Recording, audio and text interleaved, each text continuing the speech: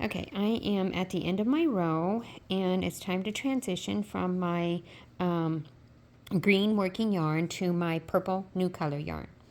And so the last stitch in my row is a double crochet, which I'm going to use to make the transition. So I'm going to start off the double crochet stitch just like you normally would, with a yarn over, go through, yarn over, and pull up that loop. Okay, now I've got 3 loops on my hook like normal.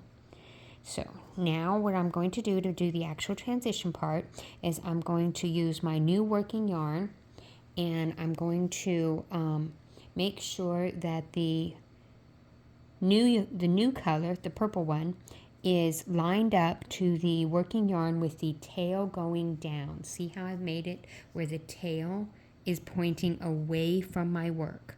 Okay, tail pointing away from my work. I've left a little bit of a tail here because I'm going to have to weave that end in afterwards still. You still have to weave your ends in.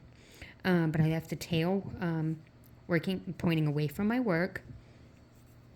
And now I'm going to line those up together, and I'm going to take both of those and yarn over. Both of those together, yarn over, pull those through 2 loops that are on my hook. 1 and 2. See how I pulled both colors through together like that? Okay. And that was nice that I pulled through both colors through together. But now I'm going to drop the green, and now I'm only going to yarn over with just the purple. And I'm going to yarn over just the purple for the second half of my double crochet stitch, and yarn over just the purple for the other half of my double crochet stitch, and drop off those other 2 loops.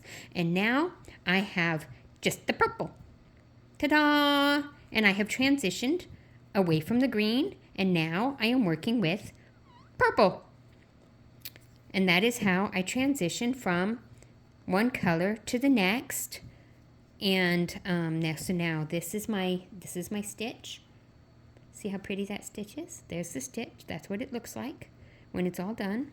And I have transitioned from the green to the purple. And I'm ready to move on and do a slip stitch to finish out the round and move on to the next row in the new color.